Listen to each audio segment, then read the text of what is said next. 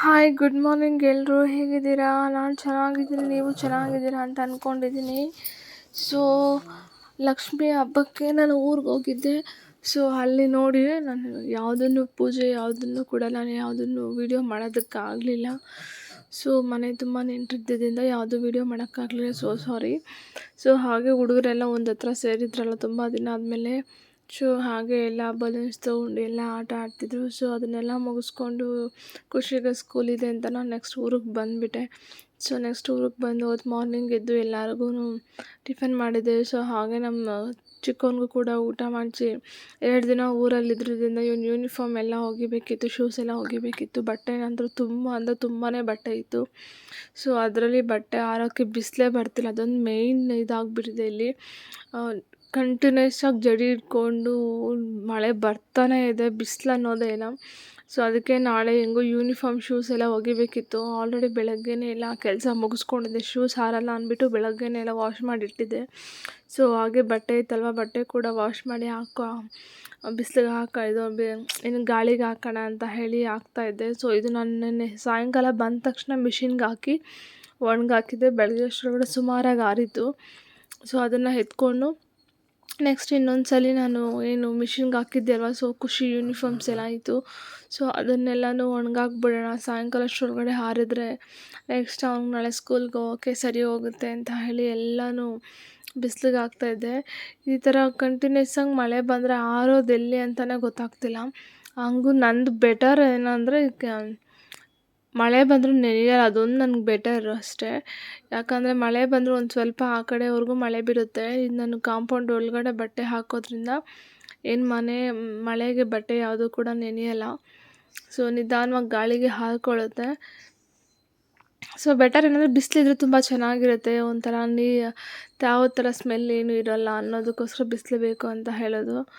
So ಸರಿ ಅಂತ ಹೇಳಿ ಎಲ್ಲನೂ ಕೂಡ ಒಣಗಾಕ್ತಿದ್ದೆ. ನನ್ನ ಮಗ ಕೂಡ ಬಂದು ಹೆಲ್ಪ್ ಮಾಡ್ದ, ನಾನು ಎತ್ಕೊಡ್ತೀನಿ ಮಮ್ಮಿ ಅಂತ ಹೇಳಿ. ಆಲ್ಮೋಸ್ಟ್ ನನ್ನ ಮಕ್ಕಳದೇ ಬಟ್ಟೆ ಇರುತ್ತೆ, ಯಾಕಂದರೆ ಬಿಚ್ತಾ ಇರ್ತಾರೆ. ಒಂದು ಸ್ವಲ್ಪ ನೆಂದೋದ್ರೂ ಕೂಡ ನಾನೇ ಬಿಚ್ಚಿಬಿಡ್ತೀನಿ. ಮತ್ತು ಯಾಕಂದರೆ ಕ್ಲೈಮೇಟ್ ಕೂಡ ಅಷ್ಟು ಸರಿ ಇಲ್ಲ. ಮತ್ತು ಈ ಕೋಲ್ಡ್ಗೆ ಏನಾದರೂ ನೆಗಡಿ ಏನಾದರೂ ಬಂದುಬಿಟ್ಟು ಜ್ವರ ಬಂದುಬಿಡುತ್ತೆ.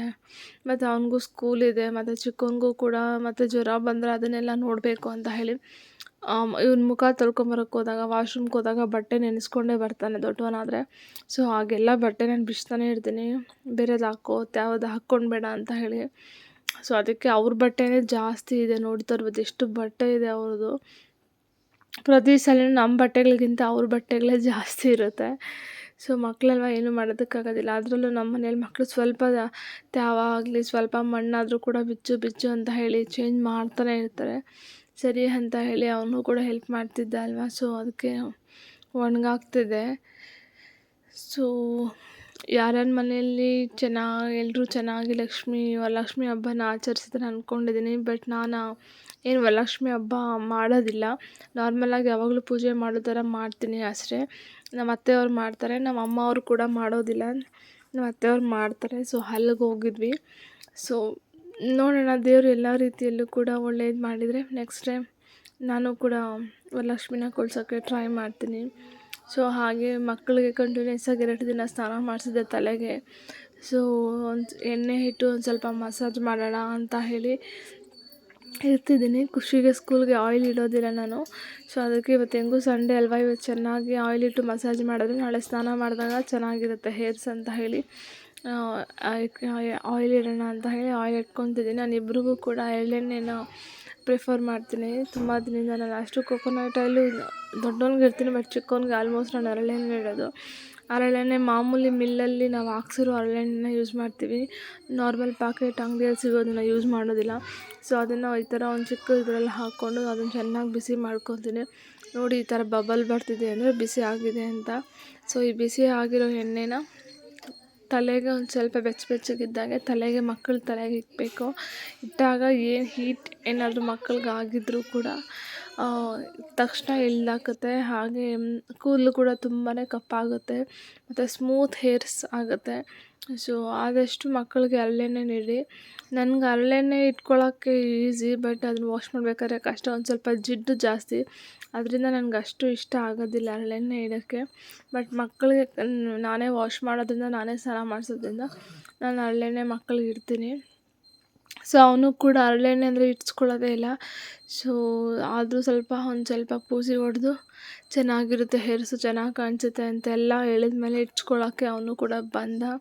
ಸೊ ಅವನಿಗೂ ಕೂಡ ಹರಳೆಣ್ಣೆ ಇಟ್ಟು, ಹಾಗೆ ನಾನು ಚಿಕ್ಕ ಮಗನಿಗೆ ಅವ್ನಿಗೆ ಮಸಾಜ್ ಮಾಡಿದ್ರೆ ಸಾಕು, ಎಷ್ಟೊತ್ತು ಬೇಕಾದರೂ ಕೂತ್ಕೊಂಡು ಮಸಾಜ್ ಮಾಡಿಸ್ಕೊತಾನೆ. ಈ ಥರ ಸಖತ್ ಇಷ್ಟ ಅವನಿಗೆ ಮಸಾಜ್ ಮಾಡಿಸ್ಕೊಳ್ಳೋದು ಅಂದರೆ. ಸೊ ನೋಡಿ ಎಷ್ಟು ಚೆನ್ನಾಗಿ ಕೂತ್ಕೊಂಡು ಮಸಾಜ್ ಮಾಡಿಸ್ಕೊತಿದ್ದಾನೆ. ನನ್ನ ಫಸ್ಟ್ ಮಗನಿಗೆ ಸಿಲ್ಕಿ ಹೇರ್ಸು ಸ್ಮೂತಾಗಿದೆ, ಬಟ್ ಇವನಿಗೆಲ್ಲ ಕರ್ಲಿ ಹೇರ್ಸು, ನಮ್ಮ ಪಪ್ಪನ ಥರ ಎಲ್ಲ ನೋಡಿ ಹೆಂಗಿದೆ ಅಂತ. ಎಲ್ಲ ರಿಂಗ್ ಎಲ್ಲ ಸುತ್ಕೊಂಡ್ಬಿಟ್ಟಿದೆ ಕೂದಲು. ಸೊ ಇವನಿಗೂ ಕೂಡ ಅಂದರೆ ನೀವು ಎಷ್ಟೊತ್ತು ಮಾಡಿದ್ರೂ ಮಾಡಿಸ್ಕೊತಾನೆ. ಸಖತ್ ಇಷ್ಟ ಇವನಿಗೆ ಈ ಥರ ಮಸಾಜ್ ಮಾಡೋದು. ಸೊ ಇವನಿಗೂ ಮಾಡಿ, ಹಾಗೆ ನಮ್ಮ ಹಸ್ಬೆಂಡ್ಗೂ ಕೂಡ ಮಾಡಿದ್ದೆ. ಸೊ ಎಲ್ಲ ಮಾಡಿ ಹೆಂಗೋ ಮಳೆ ಬೀಳ್ತಾನೆ ಇತ್ತು ಕಂಟಿನ್ಯೂಸ್ ಆಗಿ, ನಿಮ್ಗೆ ಆಲ್ರೆಡಿ ಹೇಳಿದ್ದೀನಿ.